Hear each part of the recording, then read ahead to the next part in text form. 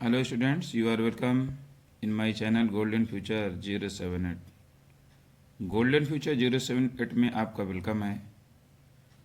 आज मैं फिर आपको सम स्पेशल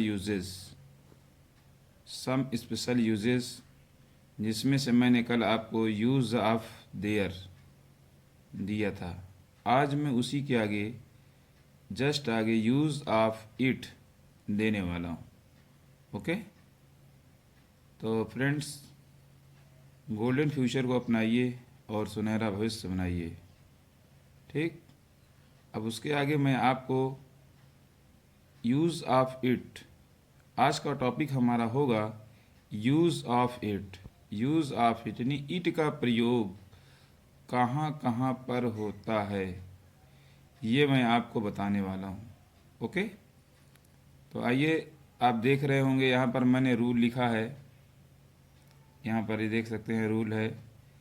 रूल, इट का प्रयोग यानी इट का प्रयोग सामान्यतः मौसम, समय, दूरी आदि दिखाने के लिए किया जाता है। इट का प्रयोग सामान्यतः मौसम, समय, दूरी आदि दिखाने के लिए किया जाता है। ओके, जिससे कि मैंने आपको एग्जाम्पल नंबर 1 दिया है। जैसे कोई आपसे क्वेश्चन करता है कितना बजा है, व्हाट इज़ द टाइम, या क्या समय हुआ है, तो जो समय होगा उस समय को हम इट से दिखाते हैं। किससे दिखाते हैं? इट से। देख रहे हैं ना आप, इट। यानी जैसे कि यहाँ पर मैंने दिया है कि 10 बजा है, तो 10 बजा के लिए हमने क्या किया, इट इज़ 10 ओ क्लॉक लिख दिया है। क्या लिखा है? It is 10 o'clock. जैसे कि 9 बजा है, इट इज़ 9 ओ क्लॉक। 8 बजा है, इट इज़ 8 ओ क्लॉक। यानी जितना बजा हो उस टाइम को शो करने के लिए, उस टाइम को दिखाने के लिए हम इट का प्रयोग करते हैं। ये तो आपके सामने मैंने एग्जांपल दिया है कि इसे 10 बजा है, इट इज़ 10 ओ क्लॉक। इसी तरह से आप जितना बजा हो, मानी 1 से लेकर 12 तक के बीच में जितना भी बजा होगा उस समय को हम इट से शो करेंगे, इट से दिखाएंगे। वहाँ पर इट का प्रयोग होता है। ओके, तो ये बात आपको समझ में आ गई होगी कि मैंने समय दिखाया ना यहाँ पर रूल में कि ईट का प्रयोग सामान्यतः मौसम, समय, दूरी आदि के दिखाने के लिए किया जाता है। ओके, उसके बाद चलिए आइए बात करते हैं दूसरे एग्जाम्पल की। दूसरा एग्जाम्पल मैंने आपको दिया है कि मौसम बहुत सुहावना है। मौसम बहुत सुहावना है, तो मौसम के लिए भी हमने इट का यूज किया है। देखिए यहाँ पर मैंने इट लगाया है ना, तो मैंने ये किया है it is very pleasant weather. Pleasant माने होता है सुहावना, और वेदर मीन्स होता है मौसम। मौसम बहुत सुहावना है। ठीक, आइए फिर हम बात करते हैं तीसरे एग्जाम्पल की। तीसरा एग्जाम्पल हमारा ये है कि जैसे आज बृहस्पतिवार है, जैसे कोई दिन दिखाने के लिए भी, वैसे आज बृहस्पतिवार है भी, तो आज बृहस्पतिवार है, तो इसी बेस पर मैंने ये ट्रांसलेट उठा लिया कि हमको अगर कोई दिन का नाम भी दिया जाता है तो हम इसको इट से ही उठाते हैं। ये हमारा ग्रामर का रूल ये कहता है कि इसे हमें इट से ही उठाना चाहिए, तो ज़्यादा बेटर होता है। वैसे अगर देखा जाए तो आज बृहस्पतिवार का हमको ये भी कह सकते हैं टुडे इज़ थर्सडे, ये भी है, लेकिन ये ग्रामर की दृष्टि से गलत है। मतलब आम बोलचाल की भाषा में तो चल जाएगा, लेकिन अगर हम ग्रामेटिकली बात करते हैं तो फिर उसका रूल यही है कि आप इट का प्रयोग करें, ये ज़्यादा अच्छा होगा।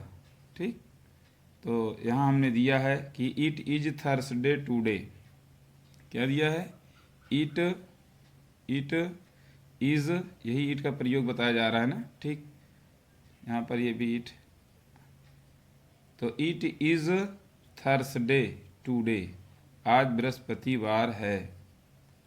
अब यहाँ पर आप जितने भी दिन, यानी एक हफ्ते में 7 दिन आपके हो रहे हैं, तो जैसे कोई कहता है कि आज बुधवार है तो इट इज़ वेडनेसडे, आज शुक्रवार है इट इज़ फ्राइडे, आज शनिचर है इट इज़ सैटरडे, आज सोमवार है इट इज़ मंडे टुडे, मतलब इस तरह से आप कोई भी सेंटेंस बना सकते हैं। आपका बेस जो होगा वो यही होगा, इट इज़ से ही उठेगा। ठीक है, अब तो बात समझ में आ गई होगी आपके। तो चलिए अब फिर बात करते हैं अगला सेंटेंस की। अगला सेंटेंस भी यही है, ये थोड़ा पास्ट में है, ये प्रेजेंट में था, ये पास्ट में है। जैसे कल बुधवार था, भाई जब आज बृहस्पतिवार है तो कल बुधवार था। तो इसी बेस से मैंने आपके लिए एग्जाम्पल यहाँ पे दिया है। तो इसीलिए देखिए यहाँ पर मैंने इट लगाया है, यहाँ पर था आया हुआ था इसलिए इट के बाद हमने वाज लगा दिया। ठीक है, तो इट वाज, बुधवार की इंग्लिश वेडनेसडे हमने लिख दिया। और कल, क्योंकि बीता हुआ कल है ना, इसलिए इसके लिए हमने यस्टरडे लिखा है। क्या लिखा है? Yesterday. It was Wednesday yesterday, कल बुधवार था। ओके, तो स्टूडेंट्स चलिए फिर बात करते हैं कि पांचवा सेंटेंस मैंने आपको क्या दिया है। ठीक है, पांचवा सेंटेंस हमने आपको क्या दिया है, इसमें मैंने महीने का नाम दिया है। दिन हो, महीने का नाम हो, सन हो, मतलब ये सब इट से ही उठाए जाते हैं। ओके, तो पांचवा सेंटेंस मैंने दिया है कि सितंबर का महीना है। जैसे कि आज 1 सितंबर है, इसी वजह से मैंने दिया है इसको कि सितंबर का महीना है। तो यहाँ हमने लिख दिया है it is month of September, it is month of September. ठीक, तो अब देख रहे होंगे कि यहाँ पर मैंने महीने का नाम भी इट से शो किया है, इट इज़ मंथ ऑफ सितंबर। अब इसमें आपके जो 12 महीने होते हैं टोटल ना, तो अगर सितंबर का महीना है, इसके बाद मान लीजिए अक्टूबर आएगा, अक्टूबर का महीना है, या अगस्त का महीना था जो पास्ट हो गया, तो आप इसको जो भी महीने का नाम आपको देना है उसे आप इट से उठाएं। ठीक, तो जितना 12 महीने हैं, 12 महीने में भी इट लगता है, जैसे कि it is month of September, सितंबर का महीना है। ठीक, अक्टूबर का महीना है, it is month of October. नवंबर का महीना है, it is month of November. दिसंबर का महीना है, it is month of December. यानी इस तरह से आप जितने महीने हैं उसमें यूज कर सकते हैं। ठीक है, फिर उसके बाद बात करते हैं 6 नंबर ट्रांसलेट की। जो 6 नंबर ट्रांसलेट मैंने आपको दिया है, आप देख रहे होंगे यहाँ लिखा है आज बहुत गर्मी है। ठीक है, आज बहुत गर्मी है। तो यहाँ देखिए मैंने इट से लिखा है ना, इसको हम इट इज़ भी लिख सकते हैं, शॉर्टकट में इट्स भी लिख सकते हैं। इट्स वेरी हॉट टुडे या it is very hot today. Okay, एक ही चीज़ है। तो यहाँ पर देखिए मैंने गर्मी क्या है, एक मौसम ही है ना, गर्म, वास्तव में गर्मी भी थी। तो it is very hot today, आज बहुत गर्मी है। ठीक, आज बहुत गर्मी है, it is very hot today. Okay, आज बहुत, मान लीजिए सेंटेंस दे देता मैं, आज बहुत सर्दी है, it is very cold today. ठीक है, इस तरह बना सकते हैं हम, सर्दी गर्मी, इस तरह से सेंटेंस जो होंगे वो सब इट से ही उठेंगे। यही इट का यूज़ है और यही इट का रूल है।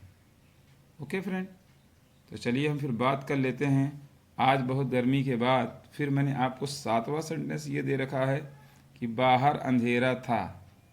यहाँ देख रहे हैं आप, बाहर अंधेरा था। तो it was dark outside, it was dark outside, यानी बाहर अंधेरा था। आप इसको इस तरह भी कर सकते हैं कि बाहर उजाला था, तो इट वाज लाइट आउटसाइड भी कर सकते हैं। इट वाज लाइट आउटसाइड, अगर उजाला करेंगे तो लाइट हो जाएगा, लाइट का अपोजिट डार्क होता है ना। तो सेंटेंस का एक फॉर्मेट दिया जाता है आपको, एग्जाम्पल, अब उस बेस से अपने माइंड से भी खुद बना सकते हैं।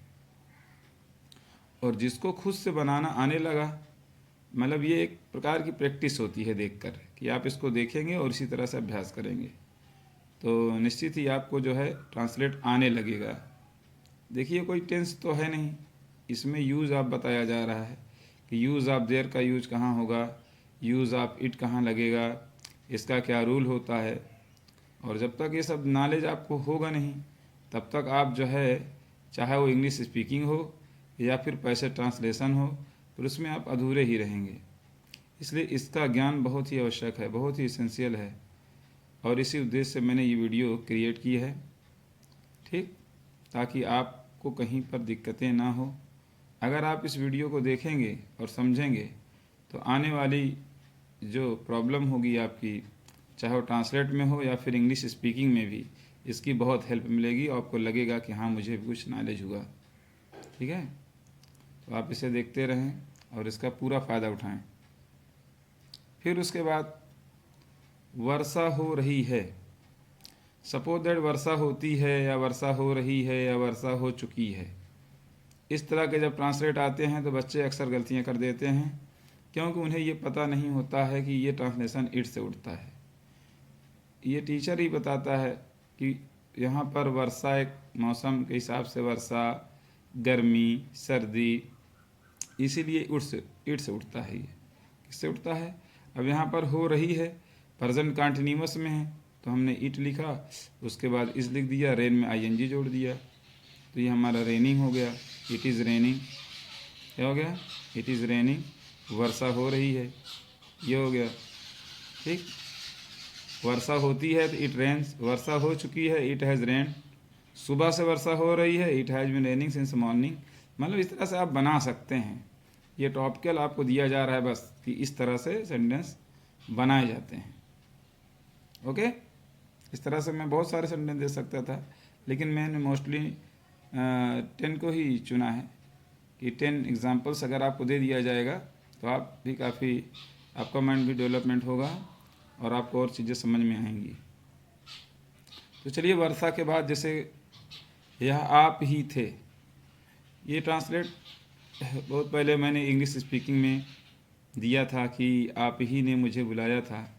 अगर आप हमारी वीडियो लगातार देख रहे होंगे तो आपको ये पता होगा और नॉलेज भी हुआ होगा कि वहाँ मैंने इंग्लिश स्पीकिंग में ये चीज़ यूज़ किया है।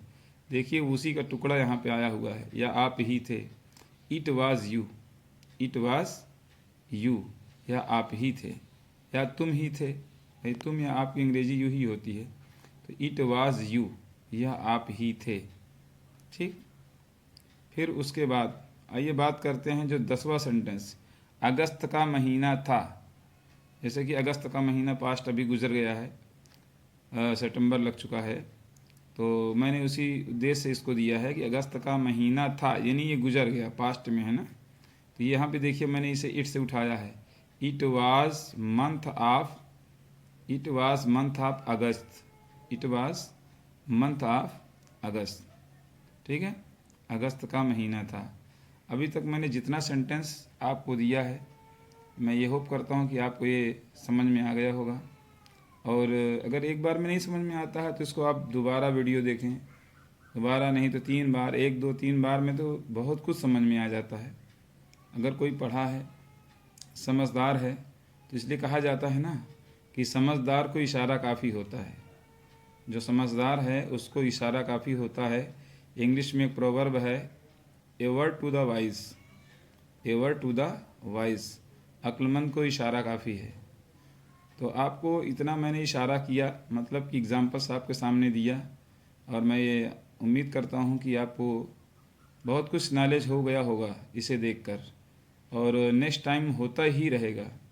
अब यूज़ आपने स्टार्ट कर दिया है तो आपको बराबर इसकी वीडियो, हो सकता है कि कुछ गैप हो जाए बीच में, जैसे एक्टिव पैसिव दे देता हूँ, बच्चे कमेंट करते हैं, ठीक है, लेकिन आपका ये यूज ऑफ स्टार्ट है तो चाहे थोड़ा गैपिंग में ही जाएगा, लेकिन ये वीडियो आपको मिलती रहेगी। अगर आप हमारा चैनल बराबर देख रहे हैं तो आप इसका पूरा फ़ायदा उठाएंगे। मेरी भी कोशिश रहेगी मैं आपको अच्छी से अच्छी वीडियो आप तक देता रहूं, ताकि आपकी आने वाली प्रॉब्लम वो सॉल्व होती रहे और हमारा भी चैनल थोड़ा आगे बढ़े और ग्रो करे। सिर्फ आप लोगों का सहयोग हमारे साथ हो और हमारा सहयोग आपके साथ हो। Okay, thanks.